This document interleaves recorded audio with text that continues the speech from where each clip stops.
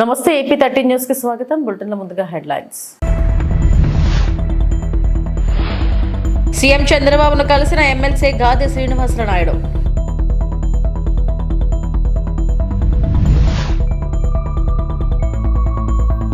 వైఎస్ఆర్సీపీ అధినేత మాజీ ముఖ్యమంత్రి వైఎస్ జగన్మోహన్ రెడ్డి మీడియా సమావేశం.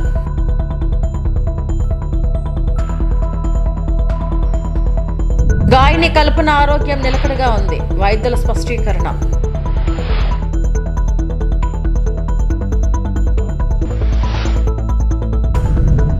ఏపీ సీఎం చంద్రబాబును ఉత్తరాంధ్ర ఉపాధ్యాయ ఎమ్మెల్సీగా విజయం సాధించిన గాదె శ్రీనివాసరాయుడు మర్యాదపూర్వకంగా కలిశారు. శ్రీనివాసరాయుడును సీఎం అభినందించారు. ఉపాధ్యాయుల సమస్యలను పరిష్కరించడంతో పాటు వారిని గౌరవిస్తామని చంద్రబాబు చెప్పారు. సీఎంకు శ్రీనివాసరాయుడు కృతజ్ఞతలు తెలిపారు. సీఎంను కలిసిన వారిలో బీజేపీ నేత మాజీ ఎమ్మెల్సీ మాధవ్, పీఆర్టీయూ రాష్ట్ర అధ్యక్షుడు మిట్టా కృష్ణయ్య, ఏపీ ఉపాధ్యాయ సంఘం రాష్ట్ర అధ్యక్షుడు బాలాజీ తదితరులు ఉన్నారు.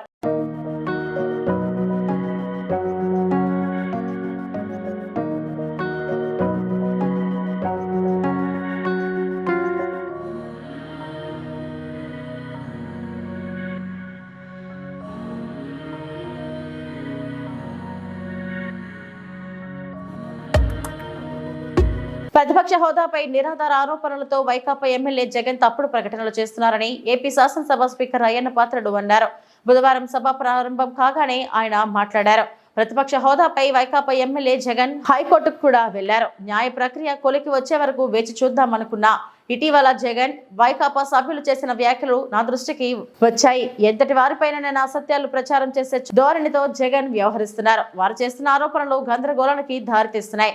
స్టిక్కర్ కు దురుద్దేశాలు ఆపాదించడం సదా నియమాల ఉల్లంఘన కిందకి వస్తాయి. ప్రతిపక్ష హోదా ఇవ్వాలంటే సరైన సంఖ్యాబలం ఉండాలని చట్టం చెబుతుంది. 175 మంది సభ్యులున్న శాసనసభలో కనీసం 18 మంది సభ్యుల బలం ఉంటే తప్ప ప్రతిపక్ష హోదా రాదు. అంటే కనీసం 10% సభ్యులు ఉంటేనే ప్రతిపక్ష హోదా వస్తుందన్న నిబంధనను గతంలో జగనే సభలో ప్రస్తావించారు. ప్రతిపక్ష హోదా నిరాకరించడానికి సూచించిన అన్న వాదన సరికాదు. నిజానికి జగన్మోహన్ రెడ్డి వైఎస్ఆర్సీ శాసనసభ పక్ష నాయకుడిగా ఎన్నికైనట్టు 26/6/2024 వరకు మా సచివాలయానికి తెలపలేదు. నెంబర్ 1. అలాంటప్పుడు జూన్ 26 కంటే ముందు, అందున స్పీకర్ ఎన్నిక జరగక ముందు ప్రతిపక్ష నాయకుడి హోదా గురించి నిర్ణయం తీసుకోవడం సాధ్యమా? ఇది ఒకటి గమనించవలసిన అవసరం ఉంది. ప్రతిపక్ష నాయకుడి హోదా ఎవరైనా అర్హులా కాదా అనేది కేవలం రాజ్యాంగ సూత్రాలు, కోర్టు తీర్పులు, చిరకాల సాంప్రదాయాల ఆధారంగా మాత్రమే నిర్ధారించగలరు. ఆంధ్రప్రదేశ్ వేతనాల పెన్షన్ చెల్లింపు అనర్హతల తొలగింపు చట్టం 1953లో ప్రతిపక్ష నాయకుడి హోదా ప్రస్తావన ఉంది. ఆ చట్టంలో సెక్షన్ 12B ప్రకారం ఎవరైనా ప్రతిపక్ష నాయకుడి హోదా ఇవ్వాలంటే వారు చట్టసభలో సభ్యులే ఉండాలి. 2, వారు ప్రభుత్వ వ్యతిరేక రాజకీయ పార్టీ సభలో నాయకుడై ఉండాలి. ఇది క్లియర్గా ఉంది. 3, ప్రతిపక్షంలో ఉన్న వారి పార్టీకి అత్యధిక సంఖ్యాబలం ఉండాలి. 4, మరీ ముఖ్యంగా ఆ వ్యక్తి సభాపతి ప్రతిపక్ష నాయకుడిగా గుర్తించాలి. ఒకవేళ అత్యధిక సంఖ్యాబలం గల ప్రతిపక్షాలు 1 కన్నా ఎక్కువ ఉంటే పార్టీ హోదాను దృష్టిలో ఉంచుకుని వాటిని ఏదో ఒక పార్టీ నాయకుడిని సభాపతి ప్రతిపక్ష నాయకుడి హోదా కల్పించవచ్చు. ఈ విషయంలో ఏ ఒక్క ప్రతిపక్ష పార్టీకి ఎన్నికల్లో కనీసం 10% సీట్లు రాలేదు. కనుక ఎవరికీ ప్రతిపక్ష నాయకుడిగా గుర్తింపు దక్కలేదు. అలాగే 5, 7, 8, 16, 17 లోక్సభలలోనూ 10% ఉత్తరాన్ని పాటించడంతో ప్రతిపక్ష నాయకుడిగా ఎవరు గుర్తింపు పొందలేకపోయారు. వైఎస్ఆర్సీపీ అధినేత మాజీ ముఖ్యమంత్రి వైఎస్ జగన్మోహన్ రెడ్డి మీడియా సమావేశం ప్రారంభమైంది. తాడేపల్లిలోని కేంద్ర కార్యాలయంలో ఆయన కూటమి ప్రభుత్వ అరాచకాలపై, చంద్రబాబు మోసాలపై మాట్లాడుతున్నారు. ప్రెస్ మీట్ లో వైఎస్ జగన్ అసెంబ్లీలో ప్రతిపక్షం చెబుతున్న మాటలు వినడం లేదు, అందుకే మీడియా ముందుకు వచ్చాం. చంద్రబాబు నాయుడు ప్రభుత్వం 2 బడ్జెట్లు ప్రవేశపెట్టింది. సూపర్ 6 143 హామీల కోసం అరకొర కేటాయింపులు చేశారు. అన్ని రకాలుగా మోసం చేసిన తీరు తేటతెల్లంగా కనిపిస్తుంది. బాబు షూరిటీ భవిష్యత్ గ్యారంటీ కాస్త బాబు షూరిటీ మోసం గ్యారంటీ అయింది. ఎన్నికలకు ముందు సూపర్ 6, 7 అంటూ ఊదరగొట్టారు చంద్రబాబు దత్తపుత్రుడితో కలిసి మేనిఫెస్టో రిలీజ్ చేశారు. ప్రతి ఇంటికి బాండ్లు పంచారు. 20 లక్షల ఉద్యోగాలు, 3,000 నిరుద్యోగ వృత్తి సాయం అన్నారు. సుదీర్ఘంగా అసెంబ్లీలో ఎలాగూ ప్రతిపక్షం చెప్తా ఉన్న మాటలు ఎలాగూ వినే పరిస్థితి, అసెంబ్లీ నుంచి ప్రజలకు తెలిపే పరిస్థితి లేని పరిస్థితుల మధ్య మీ ద్వారా ప్రజలకు ప్రతిపక్షం సైడ్ నుంచి బడ్జెట్ మీద, గవర్నర్ ప్రసంగం మీద, వీటి అన్ని అంశాల మీద ఇటువైపున నాణ్యానికి ఇటువైపున వర్షన్ కూడా వినిపించే కార్యక్రమం చేస్తూ ఉన్నాం.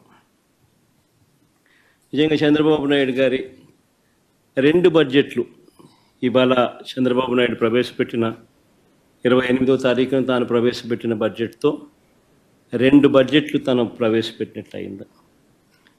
ఈ 2 బడ్జెట్లు చంద్రబాబు నాయుడు గారివి గమనించినట్లయితే బాగా ప్రస్ఫుటంగా కూడా కనిపించేటి ఏమిటి అని అంటే, చంద్రబాబు గారు అన్ని రకాలుగా ప్రజలను మోసం చేసిన తీరు తేటతెల్లంగా కనిపిస్తుంది. ఎన్నికలకు ముందేమో బాబు షూరిటీ భవిష్యత్ గ్యారంటీ, ఎన్నికలు అయిపోయిన తర్వాత మాత్రం బాబు షూరిటీ మోసం గ్యారంటీ అన్న పద్ధతిలోనే ఆయన పాలన సాగుతూ ఉంది. బడ్జెట్ స్పీచ్ అంతా కూడా చూస్తే, బడ్జెట్ కానీ గవర్నర్ ప్రసంగం కానీ ఏది చూసినా కానీ కనిపించేది ఒకటే. గవర్నర్ ప్రసంగంలో వీళ్ళు రిప్లై ఇచ్చేటప్పుడు కానీ, బడ్జెట్ స్పీచ్లో కానీ ఎక్కడ చూసినా కానీ మనకు కనిపించేటివి 2 కనిపిస్తాయి. 1 పరనింద, 2 ఆత్మస్తుతి. ఈ 2 మాత్రం బాగా ప్రస్ఫుటంగా కనిపిస్తాయి. 2వ బడ్జెట్ ప్రవేశపెడతా ఉన్నప్పటికీ కూడా ఈ రోజుకి కూడా వాళ్ళ నోట్లో నుంచి వచ్చే మాటలు జగనట్ట, జగనిట్ట, జగనట్ట, జగనట్ట, ఆ పాలన, ఈ పాలన, ఇవే మాటలే వస్తాయి. కానీ ఎన్నికలప్పుడు వాళ్ళు ఇచ్చిన మాటల విషయం ఏమిటి, ఎన్నికలప్పుడు వాళ్ళు ఇచ్చిన హామీల విషయానికి ఏమిటి, వాటికి సంబంధించి ఏం చెప్తున్నారు, ఆ సూపర్ 6, ఆ సూపర్ 7 విషయాలు ఏమిటి, ఆ మేనిఫెస్టోలో మీరు 143 హామీలను ఇచ్చారు, ఆ 143 హామీల పరిస్థితి ఏమిటి అని చెప్పి అడిగితే మాత్రం వాళ్ళ నోట్లలో నుంచి ఏ ఒక్కరి నోట్లో నుంచి కూడా సమాధానాలు కూడా సరిగ్గా రావు. ఏది చెప్పినా అబద్ధం, ఏది చెప్పినా మోసం. ఎన్నికలప్పుడేమో సూపర్ 6 అన్నారు, సూపర్ 7 అన్నారు, ఏకంగా ఒక మేనిఫెస్టో రిలీజ్ చేశారు. ఆయన దత్తపుత్రుడు ఇద్దరు కలిసి రకరకాల పద్ధతుల్లో పోజులు ఇస్తూ జగన్ చెప్పిన దానికన్నా ఎక్కువ చేస్తున్నాము అని చెబుతూ ఎమ్మెల్యే వేముల వీరేశం సైబర్ మోసం నుంచి త్రుటిలో బయటపడ్డారు. ఇటీవల సైబర్ నేరగాళ్లు ఆయనకు నగ్న వీడియో కాల్ చేశారు. దాన్ని స్క్రీన్ రికార్డింగ్ చేసి ఎమ్మెల్యే నెంబర్కు పంపించి బెదిరింపులకు దిగారు. డబ్బులు ఇవ్వకుంటే వీడియోను సోషల్ మీడియాలో పోస్టు చేస్తామంటూ బెదిరించారు. సైబర్ మోసగాల పన్నాగాన్ని పసిగట్టిన ఎమ్మెల్యే వీరేశం వెంటనే నకిరేకల్ పోలీసులకు ఫిర్యాదు చేశారు. ఫిర్యాదు చేసిన అనంతరం వీరేశం మీడియాతో మాట్లాడారు. మీరు అప్రమత్తమై రిప్లై ఇవ్వకుండా ఆ ఫోన్ మాట్లాడాలనేటువంటి ఉద్దేశంతో మీరు మాట్లాడుతూ వారు వలవిసిరినటువంటి అంశాలలో మీరు తెలిసో తెలియకో అందులోకి వెళ్ళి బాధపడకుండా, డబ్బులు పోగొట్టుకోకుండా అప్రమత్తంగా ఉంటూ సంబంధించినటువంటి మీ ఏరియాలో ఉండేటువంటి పోలీసు వాళ్లకు రిపోర్ట్ చేయాలని చెప్పేసి నేను విజ్ఞప్తిస్తాను. రాత్రి నాకు ఫోన్ కాల్ వచ్చి తర్వాత మెసేజ్ వచ్చిన తర్వాత నేను స్థానిక సిఐ గారికి ఈ నెంబర్ని ఫార్వర్డ్ చేసి ఇది ఎవరిది, ఎక్కడి నుంచి వస్తుంది, దీని వెనకాల ఉండే ఉద్దేశాలు ఏంటి అనేటువంటిది నేను కనుక్కున్న తర్వాత ఇది మధ్యప్రదేశ్ నుంచి వస్తుంది, ఇది సైబర్ నేరగాళ్ల పని అని చెప్పినప్పుడు దీన్ని పాయింట్అవుట్ చేయాలి. నాకే కాదు ఎంతమందికి వస్తుందో చాలామంది బయటికి చెప్పుకోలేకపోవచ్చు. చాలామంది సైబర్ నేరగాళ్ళ బారిన పడి తన కుటుంబాన్ని ఆర్థిక స్థితిని నాశనం చేసుకునేటువంటి ఒక పరిస్థితి ఉంటుంది కాబట్టి దీని నుంచి అవగాహన ఎట్లా ఉండాలనేటువంటి దానికోసమే మేము కాంప్లైంట్ చేయడం జరిగింది. నియోజకవర్గంలో కానీ జిల్లాలో కానీ రాష్ట్రంలో కానీ ఎవరికి సైబర్ నేరగాళ్ళ నుంచి ఇట్లాంటి ఫోన్లు వచ్చినా ఇట్లాంటి వీడియో కాల్స్ వచ్చినా అటెండ్ చేయొద్దు. అనుమానాస్పదమైనటువంటి కాల్ అయితే పోలీసు వాళ్ళకు రిపోర్ట్ చేయాలని చెప్పేసి నేను విజ్ఞప్తి చేస్తున్నా. మా ప్రభుత్వం గౌరవ ముఖ్యమంత్రి రేవంత్ రెడ్డి గారి నాయకత్వంలో సైబర్ నేరాల్ని అరికట్టేటువంటి దాంట్లో చాలా కఠినంగా ఉన్నారు. చాలా కఠినమైనటువంటి పద్ధతుల్లో నిర్ణయాలు ఉన్నాయి. ఎవరు ఎంత పెద్దవాళ్ళైనా ఈ సైబర్ నేరాలకు పాల్పడేటువంటి వాళ్ళు ఎక్కడ దాగున్నా తీసుకొచ్చేసి చట్టపరంగా శిక్షించేటువంటి కార్యక్రమం తెలంగాణ ప్రభుత్వం చేస్తుంది. తెలంగాణ ప్రభుత్వం ఆ కార్యక్రమం చేయటమే కాకుండా అవేర్నెస్ తీసుకొచ్చి ఎడ్యుకేట్ చేసి చైతన్యం కల్పించి సైబర్ నేరాలకు సంబంధించినటువంటి ఎక్కడ ఉత్పన్నమైన స్వేచ్ఛగా పోలీసు వాళ్ళకి కంప్లైంట్ చేసేటువంటి ఒక చైతన్యాన్ని కూడా ప్రభుత్వం ఇస్తుంది. ఆ చైతన్యంతోనే నేను ఈరోజు కంప్లైంట్ చేసినని చెప్పేసి గర్వంగా చెప్తాను. అపస్మారక స్థితిలో మంగళవారం రాత్రి కేపీహెచ్పీలోని హోలిస్టిక్ ఆసుపత్రిలో చేరిన గాయని కల్పనకు చికిత్స కొనసాగుతుంది. ఆమె ఆరోగ్య పరిస్థితి నిలకడగా ఉన్నట్లు ఆసుపత్రి వైద్యులు తెలిపారు. ఈ మేరకు ఆమె ఆరోగ్య పరిస్థితిపై హెల్త్ బులెటిన్ విడుదల చేశారు. ఆమె ఊపిరితిత్తుల్లో నీరు చేరడంతో వెంటిలేటర్ పై చికిత్స అందిస్తున్నట్లు తెలిపారు. I'm Kalpana Raghavendra and Prasad Prabhakar's daughter. No issues. She's perfectly fine and happy and healthy now. Mama, she's a singer. She's doing her LLB and also doing her PhD. So, Danvalla, she has insomnia. So, to treat her insomnia, doctor had prescribed her a tablet and she had consumed that in an overdose. Like, she had overdosed slightly. This is not a suicide attempt. It's just a slight overdose because of stress in like general life stress. Please do not manipulate any information. Our family is perfectly fine. My mom and dad are very much happy. I am happy. Everybody is perfectly fine in my family. Please manipulate say you do. Everything is perfect. And my mom, she'll be back in a few days. So thank you. That's all I have to say. This is not a suicide attempt. This is just a slight overdose from an insomnia tablet prescribed by the doctor. That's it. My mom was perfectly fine. She'll be back with all of you in a few days. That's all I have to say. Thank you. Congress నుంచి తనను suspend చేసినంత మాత్రాన BC ఉద్యమం ఆగదని MLC Teenmar Mallanna స్పష్టం చేశారు. కాంగ్రెస్ లో ఉంటే ప్రశ్నిస్తున్నాననే తనను బహిష్కరించారని తెలిపారు. కేసీఆర్ సమగ్ర కుటుంబ సర్వే పగడ్బందీగా చేశారన్న తీన్మార్ మల్లన్న ప్రస్తుత కులగణనలో అగ్రవర్ణాలను ఎక్కువగా చూపించారని ఆరోపించారు. బీసీ వర్గాలను అణిచిపెట్టే ప్రయత్నం చేశారని, అందుకే బీసీ కులగణన తప్పని ప్రతులను కాల్చినట్లు వెల్లడించారు. ఎట్లా రావాలో చూపిస్తాం దీంతో. సో ఈ సస్పెన్షన్ ఆర్డర్ మాకు అందింది. ఇది పంపించేలా ప్రయత్నం చేసినటువంటి గౌరవ ముఖ్యమంత్రి రేవంత్ రెడ్డి గారికి మీరు చాలా రోజుల నుంచి ప్రయత్నం చేసిరు. పాపం సస్పెండ్ చేయాలి అనేటువంటి తపన. మొన్న కరీంనగర్ మీటింగ్ పోతుంటే కూడా కారు ఎక్కినాక కూడా మళ్ళీ మహేష్ కుమార్ గౌడ్ గారిని రిక్వెస్ట్ చేసి ఈ 1-2 డేస్లో చేయాలన్నా ఎట్లన్నా చేసి అని చెప్పి మీరు తాపత్రయపడుతున్నటువంటి విషయంలో నేను అర్థం చేసుకోగలుగుతా మీ బాధ. ఎందుకంటే మీ దగ్గర ఉండేటువంటి వ్యక్తులు సహజంగానే బానిసలుగా ఉండాలని మీ ఉద్దేశం కావచ్చు. అది సహజంగానే మీరు కోరుకుంటారు. కానీ తీన్మార్ మల్లన్న విషయంలో కోరుకోవడమే మీరు చేసిన పొరపాటు. ఇక్కడ సస్పెన్షన్ అనేది తీన్మార్ మల్లన్న కాంగ్రెస్ పార్టీకి సంబంధించినటువంటి దానిపైన నాకు ఏ ఇబ్బంది లేదు. అది నా వ్యక్తిగతమైనటువంటి అంశం. కానీ ఫస్ట్ ఆఫ్ ఆల్ మీడియా మిత్రులకు తెలియజేయాల్సింది ఏంటంటే దాని గురించి సందర్భం వచ్చినప్పుడల్లా మాట్లాడతా. కానీ ఇవాళ తెలంగాణ రాష్ట్రంలో 3 ఎమ్మెల్సీ స్థానాలకు ఎన్నికలు జరుగుతూ ఉన్నాయి. ఈ ఎమ్మెల్సీ ఎన్నికల్లో బీసీ అభ్యర్థులను మరింత ఉత్సాహపరిచే విధంగా ఓటింగ్లో పాల్గొన్నటువంటి బీసీ వాదులకు, సంఘాలకు, మేధావులకు, టీచర్లకు, పట్టభద్రులకు అందరికీ శిరస్సు వంచి నమస్కారం చేస్తూ ఉన్నాం. మేమంతా మీరిచ్చినటువంటి బూస్టింగ్ ఇది మామూలు బూస్టింగ్ కాదు. మాకు రేపు భవిష్యత్ తరాల్లో అది ఖచ్చితంగా నుంచి చాలామంది మీడియా మిత్రులు అడుగుతూ ఉన్నారు, ఏమైంది మల్లన్న సస్పెన్షన్ ఆర్డరు వచ్చింది, మీరు స్పందించరా, ఎప్పుడు స్పందిస్తారనేటువంటి మాట చాలామంది మిత్రులు, మా సోదరులు కూడా చాలామంది ఫోన్ చేసి అడగడం జరిగింది. క్లియర్గా స్పందించాలని అనుకున్నా, అందరి సమక్షంలో స్పందించాలనుకున్నా. దానికోసమే ఇవాళ మీ అందరినీ ఇక్కడికి రమ్మని ఆహ్వానించడం జరిగింది. వచ్చి ఈ కార్యక్రమాన్ని కవర్ చేస్తున్నందుకు మరొకసారి ధన్యవాదాలు తెలియజేసుకుంటూనే, ఇక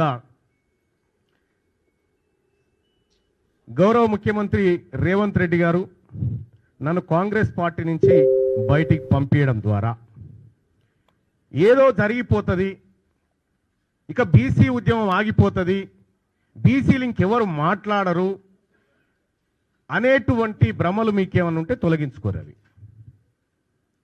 వెనకటి బీసీలం కాదు, మేమంతా ఆధునీకరించబడి ఆలోచన మెరుగుపరుచుకొని వచ్చిన మలిదశ బీసీ ఉద్యమకారులు మేమంతా ఇప్పుడు పుట్టుకొచ్చిన వాళ్ళం. ఇవాళ అడిగింది ఏంది? తీన్మార్ మల్లన్న అడిగింది కులగణన తప్పు. మీరు ఈ ప్రభుత్వం చేసినటువంటి కులగణన చిత్తు కాగితంతో సమానం, ఇది ఎందుకు పనికిరాదు, ఇది బీసీలను ప్రజలను మోసం చేస్తున్నటువంటి నివేదిక అని చెప్పి తగలబెట్టడం జరిగింది. నిజంగా తగలబెట్టడమే తప్పు అయితే, బీసీల మంచిని కోరి బీసీలకు న్యాయం జరగాలని కోరి తగలబెట్టడం తప్పైతే ఆ తప్పును ఇంకా 1000 సార్లు చేస్తా. కానీ ఇవాళ మీరే చెప్పిరు, భారతదేశానికి ఆదర్శవంతమైనటువంటి కులగణన మనం చేయబోతా ఉన్నాం, ఇది నా జన్మ సార్థకం. తెలంగాణ రాష్ట్ర వ్యాప్తంగా ఇంటర్ పరీక్షలు మొదలయ్యాయి. హైదరాబాద్ లోని పరీక్షా కేంద్రాల వద్ద సందడి వాతావరణం నెలకొంది. ఇవాళ్టి నుంచి ఇంటర్ పరీక్షలు ఉదయం 9 గంటల నుంచి మధ్యాహ్నం 12 గంటల వరకు జరగనున్నాయి. ప్రతి విద్యార్థిని హాల్ టికెట్స్ తో పాటు క్షుణ్ణంగా పరిశీలించిన తర్వాతే అధికారులు అనుమతించారు. 9 గంటల సమయం దాటిన 5 నిమిషాల వరకు ఆలస్యంగా వచ్చిన విద్యార్థులను సైతం పరీక్షా కేంద్రంలోకి అనుమతించారు.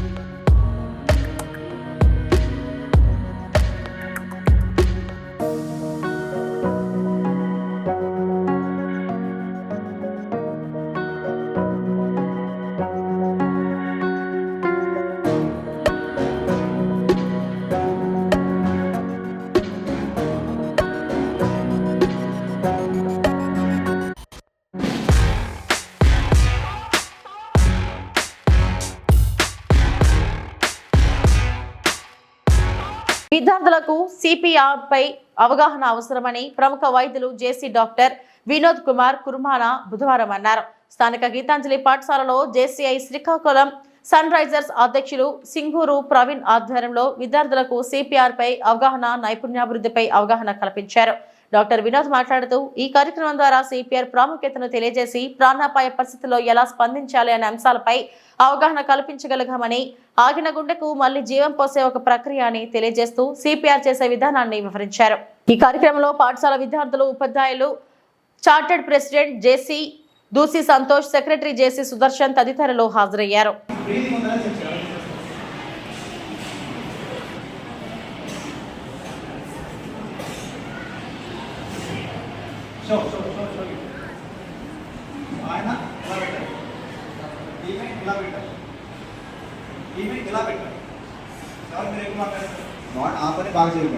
ఇంకా బాగా ఓకే. సో నువ్వు ఫస్ట్ చెప్పావు యాక్చువల్లీ, తనకన్నా ముందు నువ్వు చెప్పు అన్నమాట position. So you know where to keep your finger. Okay, you also try, but నువ్వు ఇలా పెట్టావు కదా, గాలి పిలిచినట్లయితే చూస్తాం. Very good. ఇంకా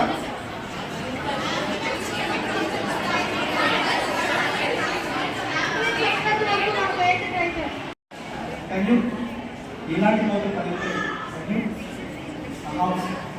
అన్ని మళ్ళీ కోతులు ఎలా కంట్రోల్ చేస్తాం? హెల్త్ అథారిటీ 108 కానీ నియర్ బై హాస్పిటల్ కానీ కాల్ చేయమని చెప్పాలి. That is called activation of medical response team and emergency response team. 911 సినిమాలు చూస్తారు కదా, హాలీవుడ్ సినిమాలు. ఫస్ట్ 911 మరి ఎమర్జెన్సీ. ఇక్కడ మనకి హెల్త్ ఎమర్జెన్సీకి డైల్ 108. ఓకే, ఇవి ఇలా పెట్టారు. ఎవరు మీరు ఎక్కువ పెట్టారు?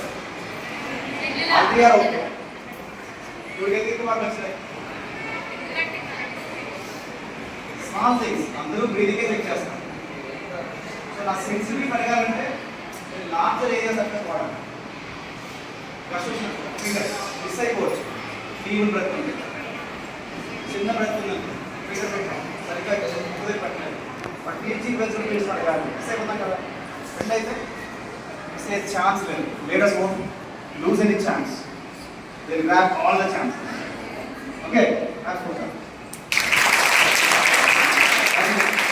అనకాపల్లి జిల్లా చోడవరం నియోజకవర్గం బుచ్చేపేట మండలం వడ్డాది గ్రామంలో కుబిరెడ్డి ప్రకాష్ రైతు పాకలకు వరి కుప్పలు గుర్తు తెలియని దుండగులు నిప్పు అంటించగా రైతుకి చెందిన 3 పాకలు 2 వరి కుప్పలు 40 బస్తాల ధాన్యం దగ్ధమైంది. ఈ ఘటన గత రాత్రి సుమారు 2 గంటల ప్రాంతంలో జరిగి ఉంటుందని భావిస్తున్నారు. స్థానికుల సమాచారం మేరకు ఘటనా స్థలానికి చేరుకున్న చోడవరం అగ్నిమాపక సిబ్బంది వరి కుప్పల మంటలను అదుపు చేసే ప్రయత్నం చేస్తున్నారు. సుమారు 3 లక్షల ఆస్తి నష్టం సంభవించి ఉంటుందని అంచనా వేస్తున్నారు. చేయకూడదు, సగంతో ఉండొచ్చు, కాకపోతే మనుషులను చూసుకోవాలి. ఎలాగా ఏదో పని ఎప్పుడు చేయకూడదు.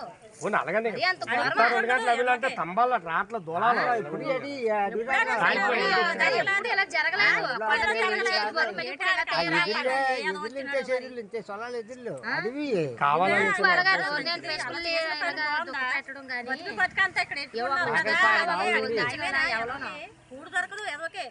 నేను అక్కడ పప్పును వచ్చేసి ఇక్కడ తెచ్చి దాన్నాల బత్తాలు పాకలు. ఇది రాత్రి అంతా అయిపోయింది. అక్కడ పశువులు కాలిపోయి, ఎడ్లు బండ్లు కాలిపోయి సుమారు 7-8 లక్షల వరకు ఆస్తి నష్టం అయిపోయిందండి. సుమారు ఒక కుటుంబం కాదండి, 4 కుటుంబాల తాలూకు ఆస్తి నష్టం అండి. ఇది దాని మీద బతికేవాళ్ళు. వేరే ఆధారం అంటూ ఏమీ లేదండి వీళ్ళకి. పొద్దున్న లేకడం దాని మీద ఆ పశువులతోనే జీవన సాగించుకోవడం, ఏది చేసుకోవడం. ఇప్పుడు పశువులకి గడ్డి లేదు, తినడానికి తిండి లేదు, ఉండడానికి సర్వం కోల్పోయి ఉన్నారండి.